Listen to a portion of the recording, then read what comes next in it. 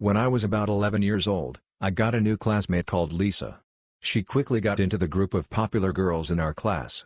I couldn't have cared less, but without any cause or reason, Lisa was determined to go out of her way to be mean to me. She spread rumors about me that got worse over the years. They escalated from her telling everyone she had seen me pick my nose at age 11 to her telling the whole school I was pregnant at age 15. Meanwhile, I never said a word to her, we never had any contact, she was just fixated on me for some reason. She also called me slurs and ruined any friendships I was trying to form. She always was an overachiever, but in that book-smart way where she was not intelligent at all, but great at standardized tests and stuff. We were in the same English class, not our first language, and she always went above and beyond with her homework. She had gotten stuck at a certain level of English, though. No amount of expensive family trips to Australia had changed that. And now, finally, the class was catching up to her. She had obviously been Googling smart-sounding words and Google translating parts of her homework because she could never even begin to pronounce the nonsense she had written down the week before. Me though? I sucked in every single other class, but English was my best subject. So I made a plan. Lisa had this straw-headed, friendly but less than clever friend called Hannah. I had never spoken to her, but I knew she always took Lisa's homework and her tests home to learn with them. She didn't copy the homework or the answers, she was just really bad at English and wanted to improve by reading the correct solutions. At the beginning of the new school year, I made a leap of faith. I sat next to Hannah, even though Lisa sat next to her on the other side. I made sure Hannah saw every good test score I got and every little smiley face on my assignments. Meanwhile, Lisa was reaching the limits of her dictionary English. The fateful day came. Lisa got her essay back with a C+. I got mine back with an A. I saw the wheels turning within Hannah's head. She turned to me and, after years of giving Lisa an ego boost every single week by asking for her tests, she asked me for mine. Lisa was devastated. I was filled with true and unimaginable bliss. Hannah passed English. By August of 1985, the killer known as the Night Stalker had killed at least 13 people and police were no closer to catching him. That was, until Alejandro Espinosa came forward with crucial information. The information. On August 26 of that year, Alejandro made an anonymous phone call to the LAPD and told them he knew who the killer was. Police had received thousands of tips like this over several months, but this turned out to be more credible than most. Alejandro agreed to meet with detectives later that afternoon and informed them that a man he knew as Richard was the Night Stalker. He explained that he and Richard shared a carpool while working day jobs, but he had become suspicious of him during the Night Stalker attacks when Richard started making him stop near Echo Park, where he appeared to be handing off goods for cash. While at first he was confident Richard was just a thief meeting their fence to sell ill-gotten goods, he began to become more suspicious as he noted each visit came just after a Night Stalker murder. The arrest. Police believed that a suspect they identified as 25-year-old Richard Ramirez was the same Richard that Alejandro knew. One of Ramirez's fingerprints had turned up at a Night Stalker crime scene and police decided to meet with Alejandro again, this time with a photo book containing photos of Ramirez. Alejandro identified him as the man who he knew as Richard. The very next day, Richard Ramirez was identified as the chief suspect in the Night Stalker murders and was soon captured by a group of angry citizens who caught him while attempting to steal a car. Disappearance. Richard Ramirez was found guilty on 13 counts of murder and sentenced to death. Alejandro was due the reward of over $6,000 for providing key information that led to the Night Stalker's capture.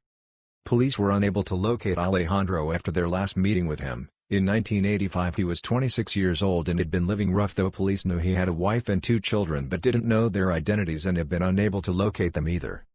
In the years since, a variety of theories have been put forward, from Ramirez possibly killing Alejandro before his capture to Alejandro leaving town and not wanting to be involved in the media circus around the ensuing trial. Others have suggested Alejandro avoided being identified due to possible criminal charges he may have had pending. Police don't believe Alejandro was a criminal and are unsure what caused him to disappear after Ramirez's capture. Conclusion. Richard Ramirez later died in prison of liver failure in 2013 while still awaiting execution. Alejandro or his family has never been located. Police are still eager to pay the reward, which in the 1980s was around $6,000 and remains unclaimed. If Alejandro has since died, then his family would be still eligible for the reward. Unsolved Mysteries link. This was a tiny bit of revenge, but extremely satisfying. My first year teaching, I worked with 20 different classes. I normally have no problem with kids, but I had one student in a class of 12-year-olds that was particularly difficult. He was likely going through things at home and was very disrespectful as a way of lashing out for attention. He would frequently disrupt the class. For example, he would frequently talk over me, say I was too young, and curse in class because he thought I didn't understand, and do other things that were by no means unprecedented from a 12-year-old acting out, but definitely made the class harder to get through. One of the problems I had with him was he would always try and run back to his classroom once my class was done. At that age they weren't expected to walk in lines in the school, but running was absolutely not cool. Finally I realized the ultimate revenge against a 12-year-old boy. Since he couldn't handle walking back without running, I made him hold my hand all the way back to the class. He was super embarrassed and his friends were giggling, but after that he never misbehaved in my class again. Afterwards he ended up participating a lot more too. So win/win. Smile. And hashtag X200B. Edit. Aw, thanks for the awards. At the end of my street, there's a little section of bushland with a path running through it. A couple hundred kids walk through it after school each day, and a lot of litter gets dropped. This morning I went down with a couple of garbage bags and started cleaning up the rubbish. This was a mistake. So I'm down there, picking up rubbish, when I hear "Hey. Hey you." And turn to see Karen closing fast. Karen: "Hey.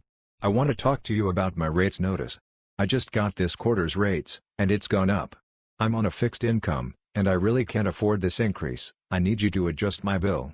The council can't just put rates up like that." Me: "I don't work for the council." Karen: "It's ridiculous them putting the rates up anyway. They obviously have money to burn sending you out here on a Saturday. I suppose you're getting full overtime pay." Me: "I don't work for the council."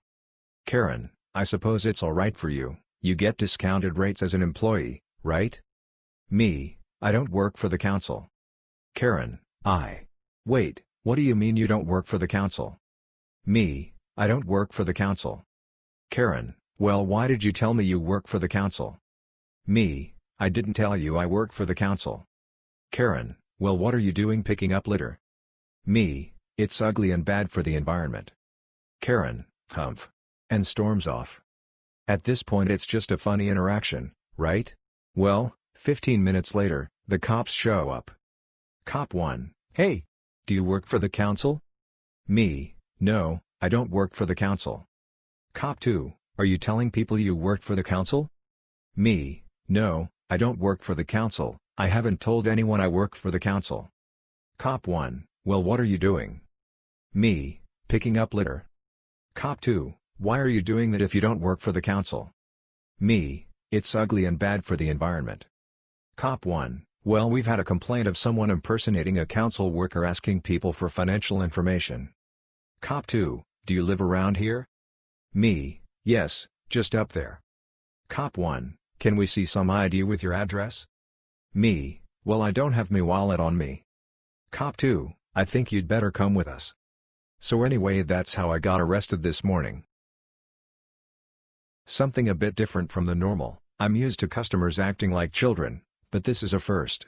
Obligatory. I'm on mobile, sorry if formatting a bit weird. DL, Drive, one of our suppliers starting acting like a child and won't supply us anymore, all because we got a different brand of lures in. Bit of background: I run my family's small fishing tackle shop in Australia, and a lure maker called us up and offered exclusive rights to his lures and teasers in town. There's 2 fishing shops. This was about a month ago.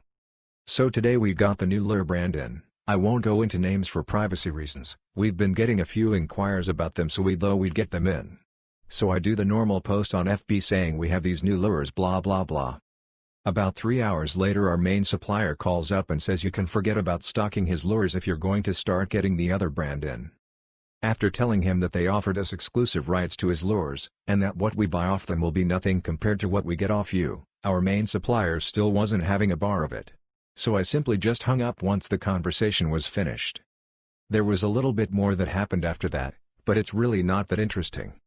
I fully expect the original supplier to call in the next few days. There will be an update if he does, to which I will tell him that I run this business, not him, and I'm going to do what's best for the business, especially during these tough times, and when he stops acting like a child we can discuss putting his lures back in our shop.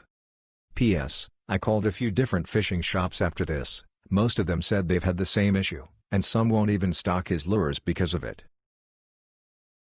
Mobile, sorry for format. I bought a car a while back and had to return it immediately. A longer story, but during my brief ownership I was annoyingly and unwittingly subscribed to a popular radio service's free trial. I wasn't aware since I never used the car. I was staying at a friend's address, and I am not serious about FM. Cough. Frankly, like most free trials, I didn't care. Or, at least, until the junk mail came in. Your free trial is ended. Renew. Renew. Renew. Twice a week. Every week. For 6 months I kept thinking surely they will give up soon. But soon never came. Understandably, my friends were annoyed.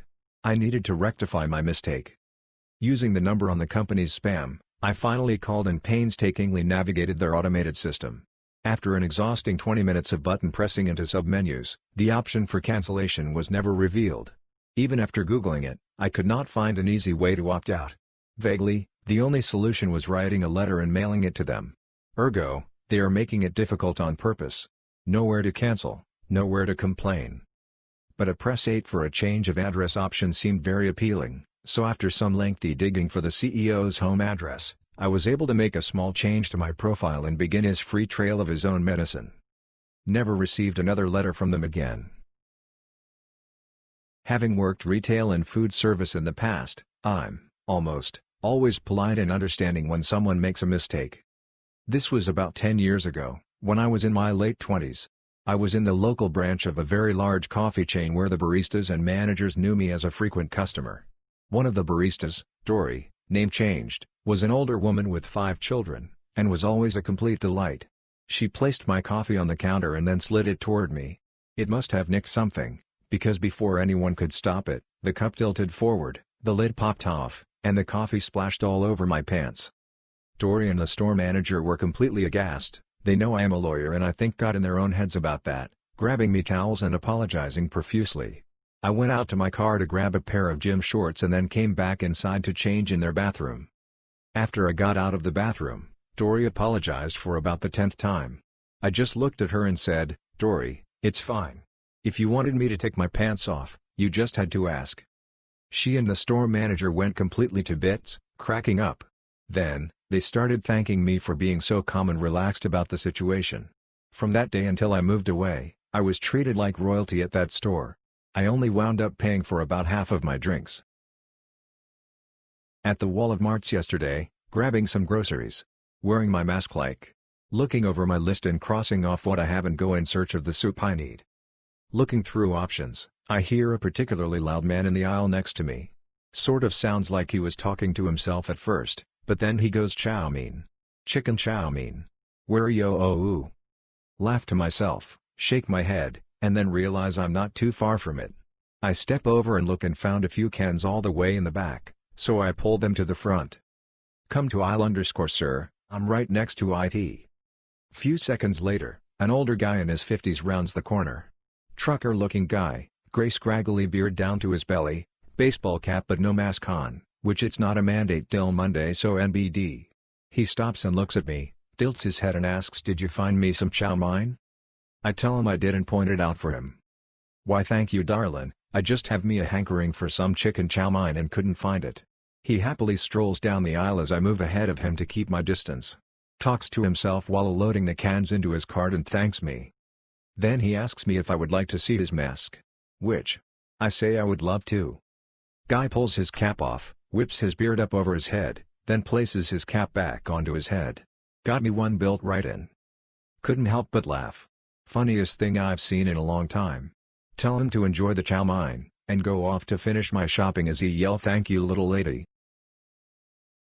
COVID has been rough. The last few weeks my sergeant had contracted the virus and my squad has been on reactionary mode. No proactive contacts, which is easily 90% or more of my activity. It has been killing me just sitting around, some days all days with no calls collecting a paycheck. This week, an unmarked car was rotated into my squad, which never happens. It's an unmarked muscle car, bare bones equipment, designed to target aggressive drivers. This is a privilege to have, and me and another guy on the squad are going to share it. I decide since I have this car, I might as well work. I've been missing it anyway. Well, today was my first full day of just being able to work with it, and it really recharged my internal batteries. First stop of the day was a group of 4 motorcycles. 2 solid paces, first at 100 miles per hour, second that varied from 93 to 95 miles per hour. I get the group stopped, decided to issue citations for 93 and a 75 miles per hour zone to all 4. As I cite each one, I kick them down the road a little to ease up my job. I get to the last one. Computer shows vehicle is wanted for a felony crime. Registered owner is listed in the hit, and is riding the bike. Now, this is a pretty strange hit. Because only the vehicle is a felony vehicle but the order has no warrants. Not sure how that works. The long story short, a witness identified the motorcycle as the vehicle during a random shooting in a city over 150 miles away, and 4 days ago. Not really probable cause to arrest the guy. Anyway, I eventually get in touch with the lead detective who says they want to interview the guy. Have to call my sergeant on detaining and transporting the guy, but he assures me it's valid investigative detention for a felony crime. And by golly, the city actually said they'd meet me halfway. Never in my years have I seen that. Transport him, hand off. Good day. On the way back, I pace a car at 107 in a 75 miles per hour zone. Another solid ticket. Get lunch, write report. Get a call from an old squad mate, talk to him until the call kicks out 20 minutes before the end of shift. Motorist assist. I hate these, but cool. Get out there, mom with 4 kids had blown a tire and was stuck in the median. Not cool. Help was supposed to be 30 minutes out from the original call time, so like, 10 more minutes. Turns out she has all the tools, tire is next to the interstate, flip it, I'll help. I generally don't, but this is a special case. Change tire. Help shows up after the hardest part, offers to clean up. I can tell mom is holding back tears thanking me. Dude, it's not that big a deal. It is to her. Get her back on the road, and shift 30 minutes late. Not even mad. I ended the day happy for the first time in a while. Kind of like when I first started working solo. It was a good feeling. I got to do a little bit of all the reasons I took this job. I don't know, sometimes a little wholesome goes a long way. Thanks for coming to my TED Talk. Earlier this week I received a package in the mail. Inside was an 18-pack of off-brand toilet paper. No note. No receipt. Just toilet paper. There was no company name on the return address portion of the address label, so I have no idea which retailer it was ordered from. It was addressed to my full first name and my maiden surname. Most people know me by a shortened version of my first name and my married surname. I asked my family. They did not send me this toilet paper. I reached out to my best friends. They did not send me this toilet paper. I posted WHO sent me this toilet paper on Facebook and Twitter and no secret benefactors came forward to say I sent you the toilet paper. I know I didn't drunk order it for myself because I haven't had a drink in almost 6 years. I did not send myself this toilet paper. Who sent me this toilet paper? I'm a courtroom assistant in a Southeast Asian country. I'd rather not get much further than that on identifying information. We do both security and practical assistance like moving displays, escorting juries, and some ceremonial stuff as well. This was the sentencing of an evil flip on several high crime offenses, similar to what a capital offense may be in America. Here high crime is the level above criminal offense, or felony for the rest of the world. He stalked, kidnapped, raped, and murdered a locally famous and growing pop artist who was pregnant. He was charged with stalking, high crime kidnapping, high crime rape, high crime murder, high crime fetal homicide, and a bunch of other stuff. Evil Flip, as he will be referred to from here on out, was on suicide precautions as he made threats against his own life in prison, so he was in spiffy paper clothes. We were well into victim impact statements. The victim had a large family and there were something like 35 individuals addressing the court. We're something like 28 statements into it. Next up was Granddad. These are always really emotional, families are always really upset for good reason, but this 80-plus-old guy is the worst I can remember. He was crying, breathing heavily, shaking, the entire sentencing. He was called to make his statement, starts walking up, about past the counsel table. He then turns, tackles the attorneys and Evil Flip. He didn't get much in on the Evil Flip, maybe a kick and 2 punches before 15 of us pile up on him. He was taken into custody, and it quickly became apparent that Evil Flip got what was coming. Evil Flip is screaming and gagging for about 20 seconds, then he starts convulsing, came back in about 2 minutes choking/gagging, really bad. We put him on his side and get an ambulance on the way. The rest of the gallery was evacuated and court went into recess. By time the ambulance arrives he's not breathing, only twitching and has no pulse. They do CPR, take him out to the hospital. He was revived and died later that day. Coroner's report said his brainstem was damaged, his skull was broken, and brain herniated through break in his skull. The granddad was interviewed by national police who have jurisdiction of courts. He said that he'd been planning that for days, he felt no remorse, said if he had time he would have killed the attorneys too. It also came out that the granddad was in my country's mob back in the day, had 40 years in prison prior for drowning someone in petrol and lighting their corpse on fire. He was suspected but not confirmed to be involved in several other high-profile murders. He was charged with murder, conspiracy, contempt of court, and 2x simple battery for the attorneys. He was found not guilty of everything except contempt of court, to which he was originally sentenced to 4 years but it was reduced to terminal probation with home confinement due to his health. When I worked as a patrolman for a gated community we always had diverse and unique situations to keep in mind. One such situation was that within the community there was a home that was owned by an individual who was on the FBI's most wanted. Not top 10 but still, a big deal. One day my gate officer called me up to speak with him.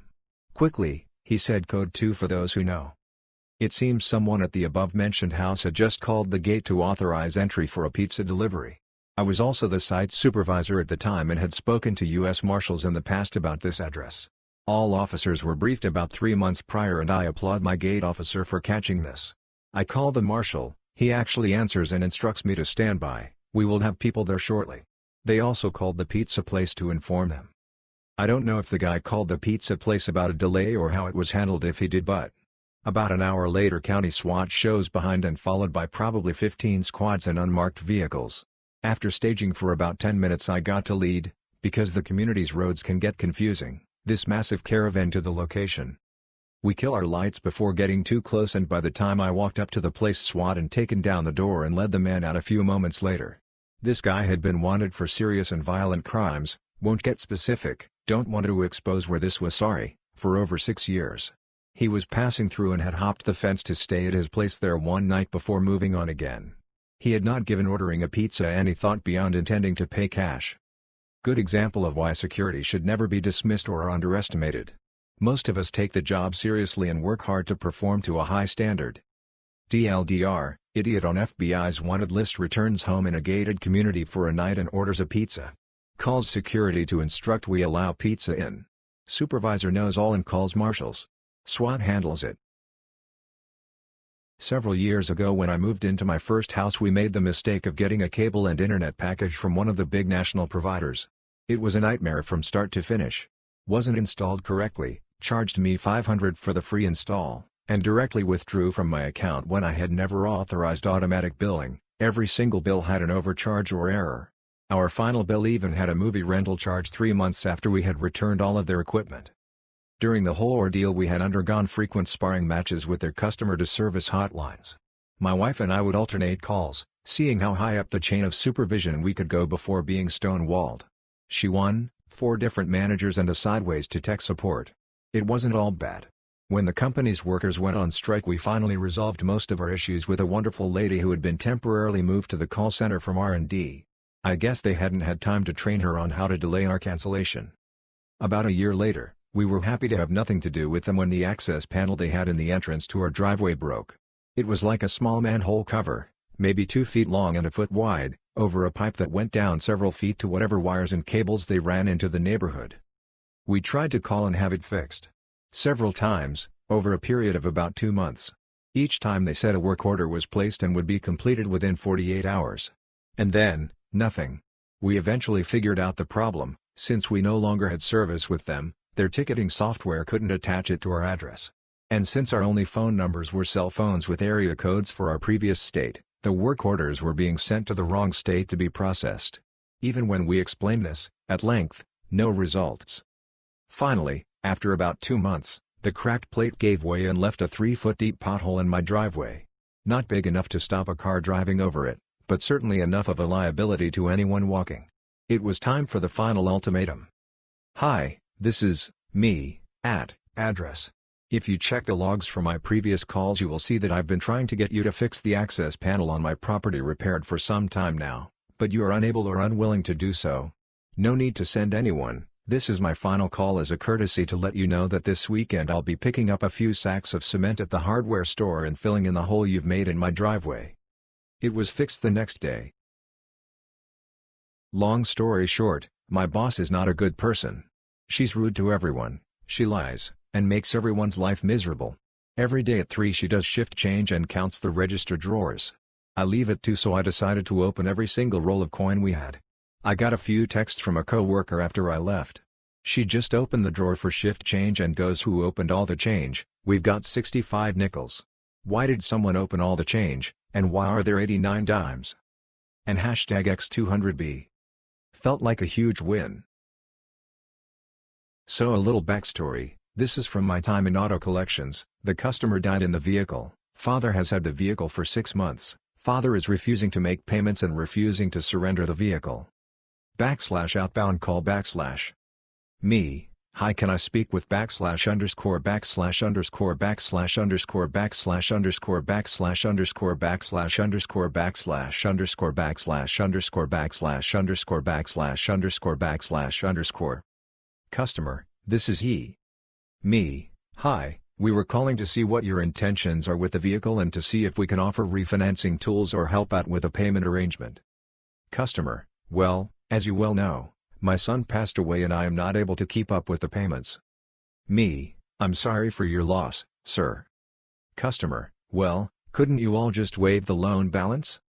/pauses / realizes he has 40K left on the loan / Me, "Well, we unfortunately are unable to forgive the loan balance. The best thing to do would be to refinance the vehicle under your name. I can still set up an arrangement on the account in the meantime." Customer, "No can do. I will not set up an arrangement. My son died in this vehicle, and they didn't find his body for 2 days. You all wouldn't probably want the vehicle anyways. The stench is unbearable." Me, "I understand your situation, sir, but we can only offer an arrangement or refinancing options at this time." Customer, "Why can't I just keep the vehicle?" Me, "Sir, you can keep the vehicle, but you would need to refinance the loan or schedule a temporary arrangement until you can get the vehicle refinanced." Customer, "Well, aren't there any other options?" Me, "No sir, not at this time." Customer, "Well, you can try coming to take it. You're never going to find it. It's at my shop under lock and key and I will never allow you to take my vehicle." Me, "Sir, it may take us a day, it may take us a month, it may take us a year. We will eventually find the vehicle." Customer, screams and uses various forms of profanity, most involving my mother / Me, "Sir, I have given you options. You cannot keep the vehicle because there are no satisfactory arrangements on the account. You are not listed on the contract as a cosigner. You have not made any sort of payment or arrangement for 6 months, so it's time to make a decision. I apologize for the inconvenience and am, again, sorry for your loss." Customer, "Well, you can just shove that payment where the sun don't shine." Customer hangs up / and #X200B. We found the vehicle within days and he called back upset we repossessed it. He apparently told the rep he assumed he would be getting the vehicle for free. We were working in electronics at this time and it was an exceptionally busy day. A guy came over, maybe about 17-18? He was short, rail thin, wearing a red and white baggy basketball jersey style shirt, baggy AF shorts, sideways hat, like the whole 90s white boy aesthetic. Even had that wide swinging punk walk that's just embarrassing to watch. He took her over to the game case and tapped the glass. "I want thatchin'." She stares at him. "Okay, which?" Taps glass again and repeats himself. She lists off the 8 games in the range of where he tapped. Finally she gets to the bottom of which game he wanted. Don't really remember which one it was. Comes back to the counter, rings it up and he goes to pay. He swipes his card, this was before chip reader in US, in the most dramatically extravagant way while exclaiming "Shark IT" as he swipes his card. Kinda like he was doing a basketball dunk motion. Card read error. He does it again. "Shark IT." Card read error again, and my poor coworker is like, "Please just let me do it." But he was like, "No, I got this, Shark IT." And finally his card reads. I'd forgotten about it entirely until she messages Shark IT on something I'd commented on, and now I'm cackling to myself while at work. This happened 8 years ago and I know I will be forever grateful to my school and teachers. In 2012 I fractured my leg during summer and was in the bed for almost 6 months. I couldn't attend school or classes. As this was an important year and also cause we honestly didn't expect my leg to be a problem for 6 months, I continued with school work. I would write the assignments and submit via my sister. We used to have monthly tests which I used to write and submit the next day when my dad collected the next question paper. My school was very accommodating and helpful. I even wrote my first semester exams from home. 2 of my teachers came home on their own time just to help me out. The school didn't request them, my parents didn't. They came forward to teach me at home to help their student. For 4 months every week my maths mom and Sanskrit sir used to come home and teach me. The day I went back to school, my principal, and few teachers who have previously taken class for me, checked on me for days to make sure I was okay. I remember my chemistry mom hugging me and welcoming me back. Their love and kindness makes me cry even now. I love you moms and sirs. I will always be grateful.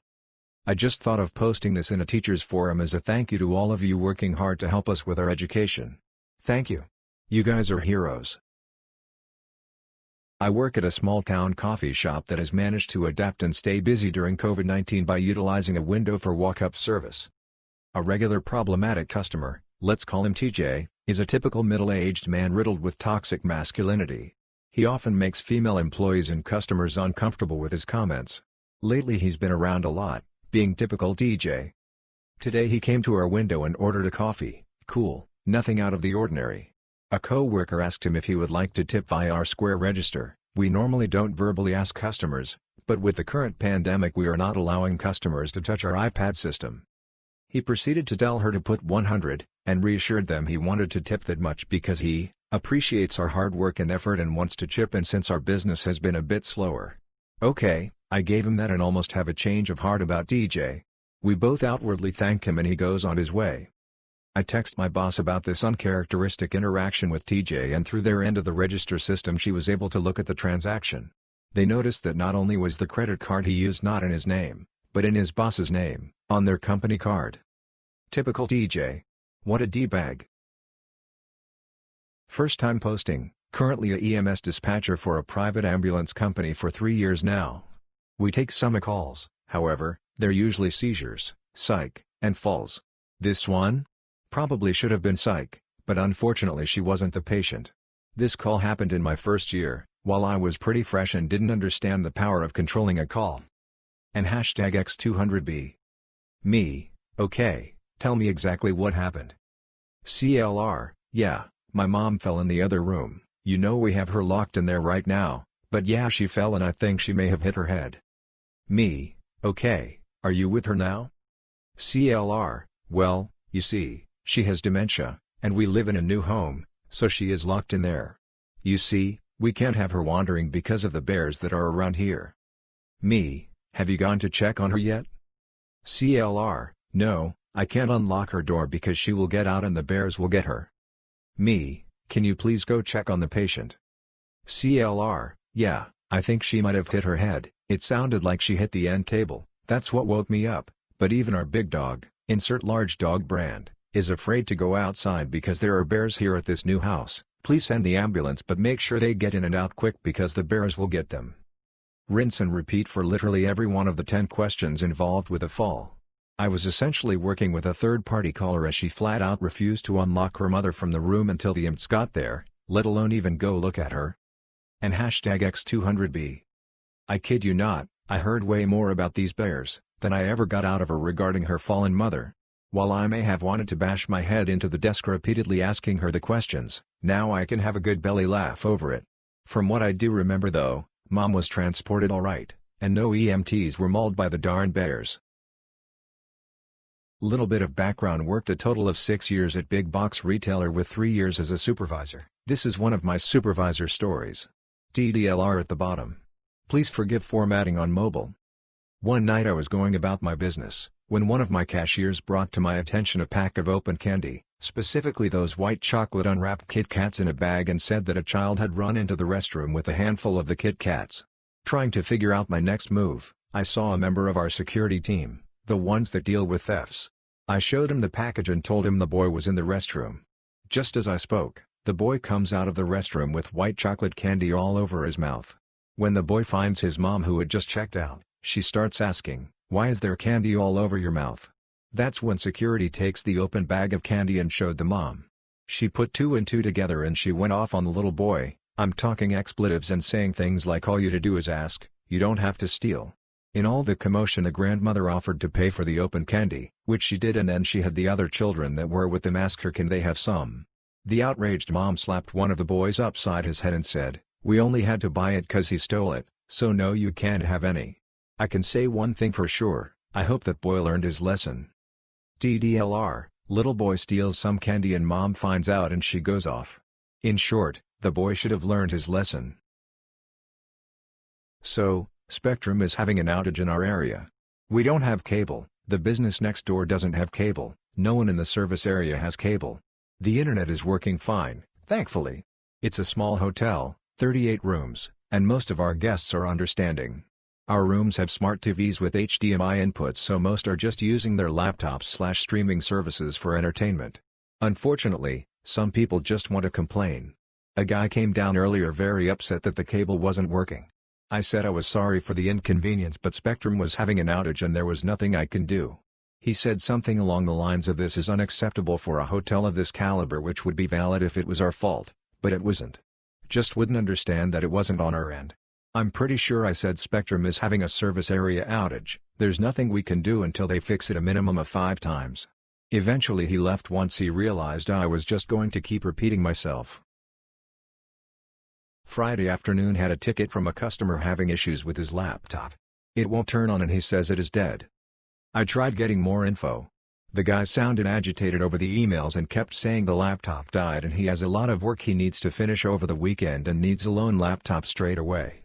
I could not get any information from him regarding how the laptop died. I get a call from a manager who says client company's boss called and asks me to just drive there and give him a loan machine, then swap the HDD. The loan will be the same model, so he should be able to continue working without any issues. Guy had complained to his boss, who called my manager, why we wouldn't give him the loan since they are paying for the service as part of their contract. Already 3:30 on a Friday. They are an hour away, I should still be able to finish at 5, so I left straight away.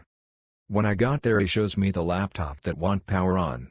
Starts on a rant about how one of our techs were resolving an issue by remoting into his system a few days ago which killed the laptop. I press the power button and nothing. I tried checking the charging cable and the DC plug is very loose. The connector is entirely wrong, the brick is not even for a laptop charger, 24V. Me, where did you get this? Where's the original? Him, the original sparked and burned. I found this somewhere in the office. Me, why? Didn't you say so when I was asking about the issue over the emails? Him, we thought it was the laptop. I plugged the proper charger. Laptop started charging, testing everything to be working. His boss comes over to have a look since he wants to know why we are being stingy with providing them with the loans, a service they pay for. I explained how the charging brick died and how his employee plugged in the first power brick he could find where the DC connector didn't even fit properly. The boss's mood changes and starts grilling his employee, who answers sheepishly while trying to not make eye contact with anyone.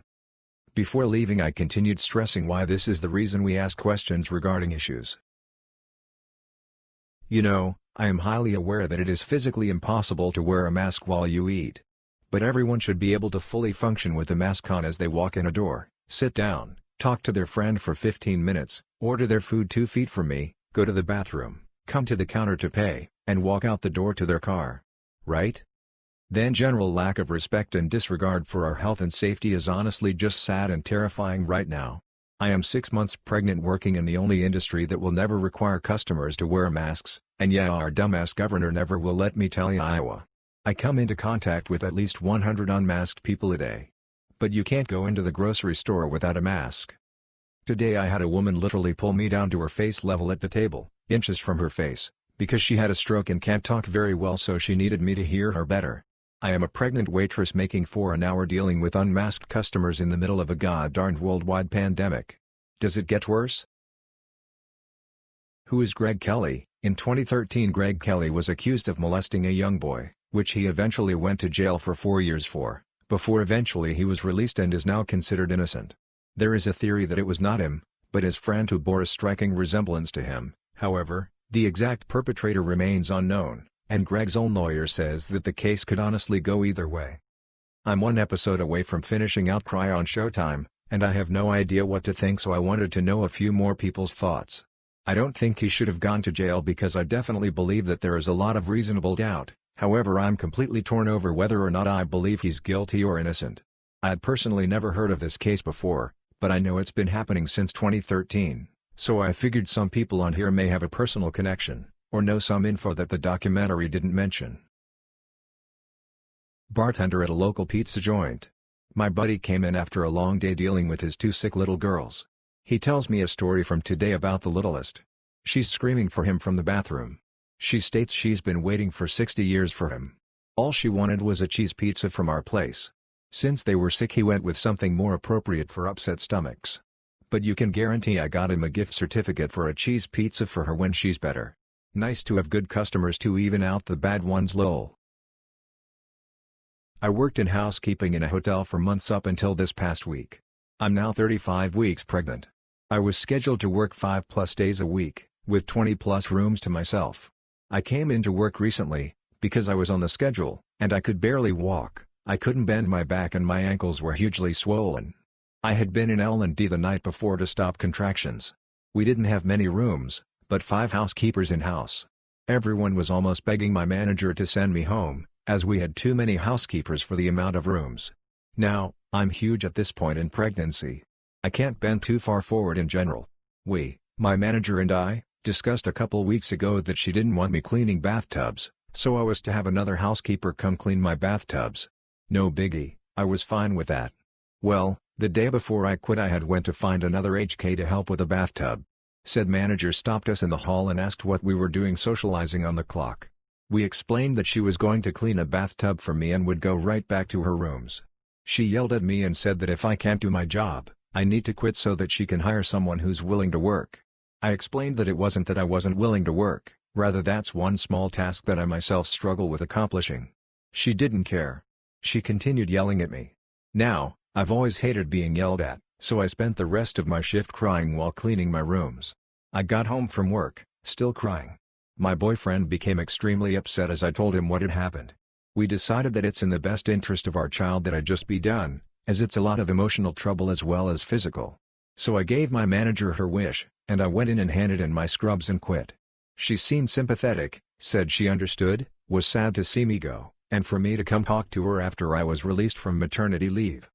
Fast forward to today, another HK at said hotel was talking to this manager, while recording the conversation to send to me. She asked if I would be back after baby. The manager told her that I was lazy and a crybaby so she would never consider hiring me back. I'm glad I quit. I feel like I dodged a bullet. I'm not sure that I'll ever be able to convince myself to work in housekeeping again. So this happened today. Good morning, you're speaking with me. May I take your name and account number? I don't have an account and I don't want one, but I think I have done something stupid. Oh, this is going to be good. This line gets all the weird shit that doesn't actually relate to my job most of the time due to our smart voice technology sending people to the wrong place, or they just don't know what they want. Okay. Mind telling me in ILLC what I can do? So I was in the pub last night after a few drinks. Guy sounds older and quite hungover, probably mid-40s? And I was out having a smoke and this guy showed me his driving license and asked me to sign his mortgage application as a witness. What do I do now? I'm not quite sure what to suggest. Let me speak to a supervisor, they'll get a kick out of this. So I leave him on hold for a bit and go and explain, and it's basically what I thought. Hi, I think that we won't be able to locate anything, but if you have only witnessed it should not be a problem nor come back on you, but please be vigilant with your own accounts and maybe not sign anything else for people you meet in a pub. Luckily he laughed and wished me a good day, but really? Common sense is not so common. First time poster here. Obligatory. This happened a few weeks ago and on mobile, so apologies in advance. A couple weeks ago my GF and I were engaged in potty talk and were discussing the phenomenon of runaway wipes, where no matter how much TP is used it never seems to end. We were talking about how annoying it was and different ways to combat it, like using baby wipes or a more fibrous diet, when I made the fateful decision to let her in on my secret method. I suggested that next time it happens she just clenches everything real tight and push her hips forward a little to get some leverage. She asked how I was able to do that since it sounded difficult from a seated position, to which I said if you're standing it's not really an issue. She then proceeded to ask how often I stand during the act, and when I told her I always have, she started laughing uncontrollably. After about 10 minutes of laughing she told me how bizarre it was and how that thought never once crossed her mind. All in all, it took me 23 years to realize not everyone wipes standing up, and now I question everything I believe in. TL, doctor, I told my GF I wipe standing up and now she laughs at me whenever I go to the bathroom. At my last job, and now in my current job, I would have these mandatory performance reviews that include my performance goals for the upcoming year. When I sign up for these, it's with the express purpose of preparing for a merit increase at the end of the period. This never happened in my last job because they were always making bad decisions that left them scrambling to make ends meet, much less try to give people pay raises. In my new job, of course, there's been an impact from COVID, so I was told there would be no merit increases this year because there's no money available. Okay, I get it, and it's fine because I wasn't eligible this time around anyway, but for next year, they're already saying no raises at the end of this year, but they still want us to do the performance reviews and goal setting. Of course you want your workforce to continue to improve and to meet the demands of the job, but I'm doing that. I just get a kind of minor issue with putting in the effort to do the performance review, but with no payoff from me in it. I don't know, maybe I'm the only one who feels this way. In my last job, it was completely pointless because no one even cared, not the employees, the bosses, or the managers. It was just a box you had to check, but here, it's like you're supposed to be all chipper about it, like it's going to mean something. I am 14. I am a certified referee in my state. I know the rules as I've played by them my whole life along with taking the officiating classes. At our park district, no headers for ages below 11. But in U12, it is up to the referee's discretion. So if it's a small tap it's okay. That is exactly what happens. So the coach behind me screams at the top of his lungs there are no headers in U12 5 to 16 times. I ignore him. Though I could eject him. It was last game of the season and I didn't care. After a bit of yelling, he says fine, go duck yourself then, which I turn and tell at him for saying in front of U11 kids. I wish I sent him away or ended the match. Sadly I didn't do much and my partner is a longtime referee, officiated my matches as I grew up, and he is deaf. So he has no idea what happened. The person who runs Park District in my area has been informed and is taking action. Around 3 years ago I had just started on the phones for a large insurance underwriter. I was employed to sell and service home insurance policies for a large very well-known bank/building society. One day near the beginning of my time working there I got a call from an elderly customer asking for information on what his policy covered him for. I answered his questions for him and he was perfectly pleasant through the whole encounter. I talked to him for around 20 minutes and had answered his questions. Then the following happened. Me, was there anything else I could help you with, sir? Man, no dear, thank you, you were very helpful. Me, that is no problem at all, you have a lovely rest of your day. Man, bye dear. Me, goodbye. Man, before he hung up, obviously talking to himself or someone else in the room. Well, she was a condescending sound of call hanging up. Me, shocked. My first experience of a two-faced customer, but most definitely not my last in the 2.5 years I worked there. I'm on mobile, so sorry for any formatting issues. This was not today but actually on Valentine's Day. Also, this girl is now actually my ex. Overall it was a great night. We were only about a month into the relationship at this point. So to set the scene, the night started with us going to dinner and having a great time. After that we go back to my house and just cuddle and watch a movie, then we both fall asleep. It was honestly an amazing night. So after all of this we both wake up and she's leaving, so I walk her to her car and she was about to leave and then we just started making out. I remember thinking about how much I enjoyed just being with this girl. So I was definitely in my feels at this point. So she actually starts to leave and I kiss her and say bye. Love you. And her response is low, wait, you actually said the word. Honestly I can say I probably did mean it then, but I know that was not the right time to say it. It was so embarrassing, but it was truly just instinct in that time. Luckily she is a great girl who understood that. But then she broke up with me 2 months later because she had a gut feeling that she wouldn't be able to say that she loves me anytime soon, so ultimately it was just a big oof. DL, Doctor, I accidentally told my then girlfriend that I loved her, then got broke up with 2 months later because she thought she couldn't love me. I really hate my store. They beat it into your head during training to follow a set of rules. The handbook even says under no circumstances are you to ever do the following. 1. Give your own company card. 2. Give the store a company card. Yeah, I don't get why. 3. Say no to the customer. 4. Drink water when not on break/lunch. 5. Eat when not on break/lunch. 6. Take expired or wrong coupons. 7. Turn away a customer from the express lane. So the other day the customer didn't have the store card, so she couldn't get the discount. I told her that I was told repeatedly that I am not supposed to give my own or the store one, and she'll have to pay everything full price and deal with it at customer service. The customer wasn't having it. She yelled and said I just don't wanted any of it then and stormed out. Manager comes over and starts flipping out at me that I'm supposed to give out a store card and wrote me up due to the loss of a sale. Well, shoot. If you wanted me to do that, then why did you tell me so many times not to do it? Why is it in the handbook? In my 7th grade history class, the teacher was giving an essay test 1 week, so he released a list of like 11 potential essay questions the night before the test, of which 3 or 4 could be chosen and answered to complete the test. He also said we could have a one-sided note sheet.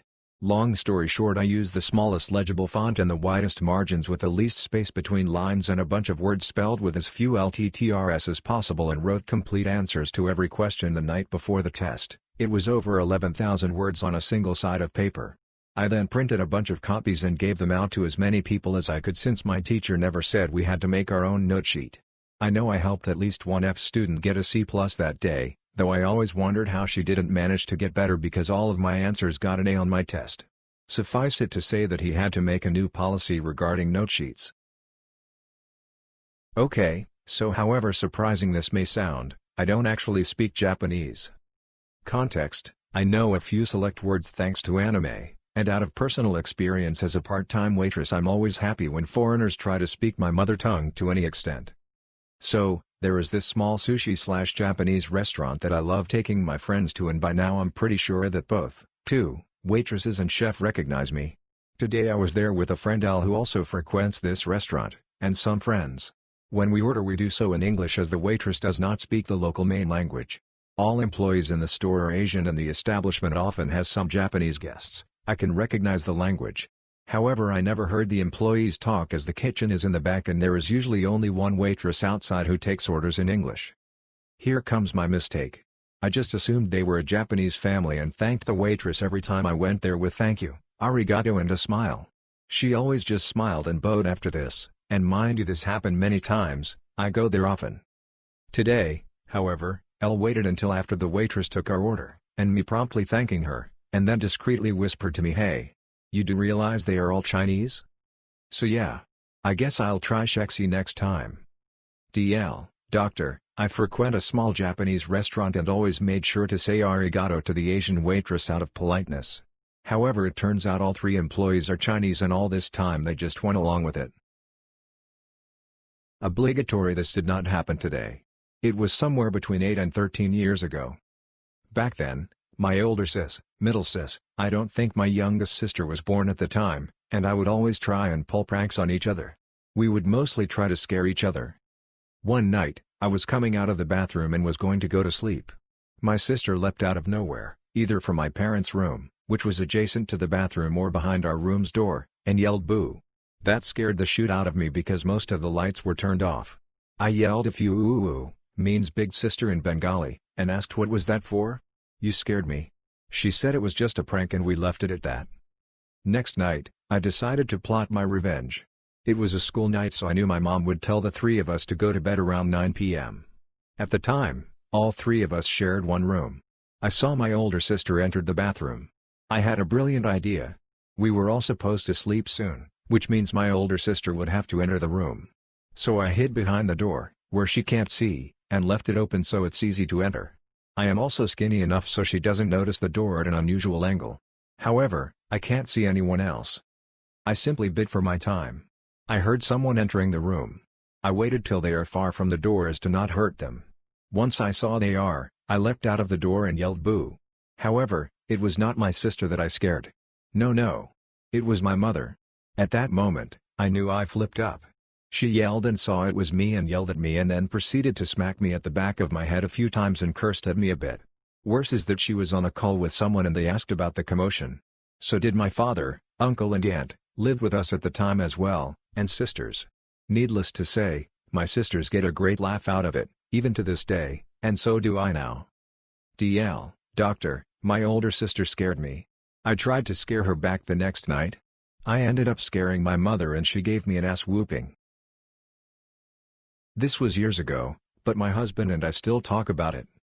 We went on holiday to Australia from where we were living in Japan. We had a short flight to China, then on to Sydney, then on to Cairns. I think it was with China Southern.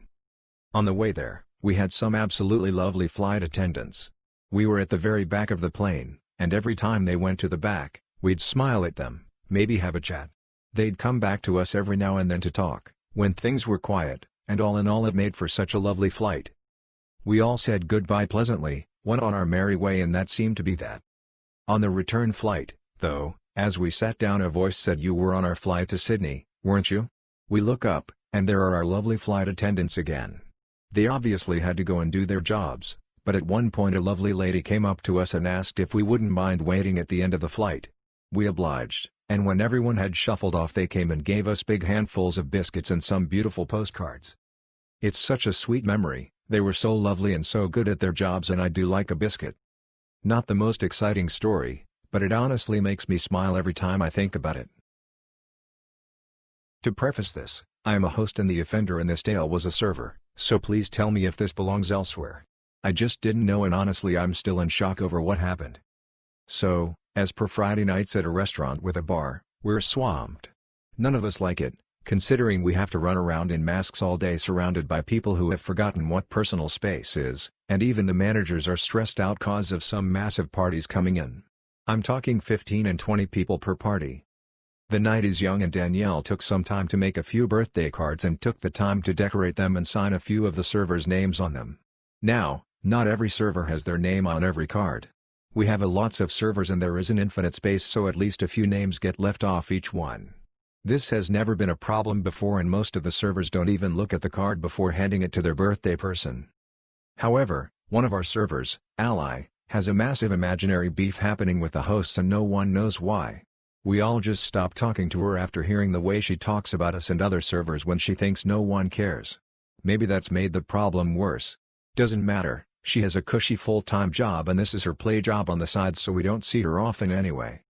One of her tables was a birthday party today and when Danielle handed her a very beautiful, intricate card, she came back saying she didn't want a card without her name on it and ripped it up and threw it at the host stand. We were absolutely shocked. Danielle told her she could have just signed it herself but she just shouted thank you over Danielle and walked away. It was an honest mistake that her name was left off but instead of asking us to add her or signing it herself, she's a server, I know she is pens, she just had to be stupidly dramatic and go as far as to totally destroy the card Danielle had worked so hard on. She had to make her own card after that. Some people, man. It was 27°C today in London, so like everyone else I went to the park to sunbathe. I wore a pair of really short shorts because I didn't want awkward tan lines on my upper thighs. Anyway, I was sitting/lying down in an area away from trees, for maximum sun exposure and minimal animal contact. An hour later, my hands were getting numb from holding my book so I decided to sit up, when I felt an insect in my inner thigh. Instinctively, I swatted it then saw the black and yellow bee for a second before it flew away, and presumably died. I started getting a sharp pain seconds after, and of course the bee stung my inner thigh literally an inch away from my bikini line. It is currently swollen and it really hurts rubbing against my other thigh when walking, so I had to waddle around. Also, the swollen area is hot and red, which I can assume is not good. I can't find the stinger, but I haven't dig around in there in detail because again, it's in a really awkward position, and I can't see the area very well, I'm super inflexible. Doctor wore shorts and got a bee sting in my inner thigh. It was my 15th birthday like a week ago. Some of my friends got me stuff, some of them didn't. I didn't ask anyone for anything so I was very grateful. Today is my friend's 14th birthday. To celebrate, I got her some cash and a card. After she received the card, she asked me what my address was. I asked why? And she said because she wants to get me a birthday gift. Now I feel bad, because she feels pressured into getting me stuff because I gave her a couple bucks and a piece of paper. So I tell her I won't give her my address because she doesn't need to get me anything. Normally I'm grateful for gifts, but in this scenario she only wants to gift me stuff because I got her stuff. We argued for a couple minutes where I kept saying I don't need anything and she's insisting she will get me stuff. I know I probably should have just accepted the free gift, but I didn't want her to get me stuff just because she felt pressured into it. Eventually she said she would ask her mom's friend V for my address. V's son is one of my childhood friends, so V knows where I live. So I caved and gave her my address. DL, Doctor got my friend stuff which accidentally pressured her into getting me stuff. I tried to tell her not to get me stuff but she insisted and now I'm gonna get stuff.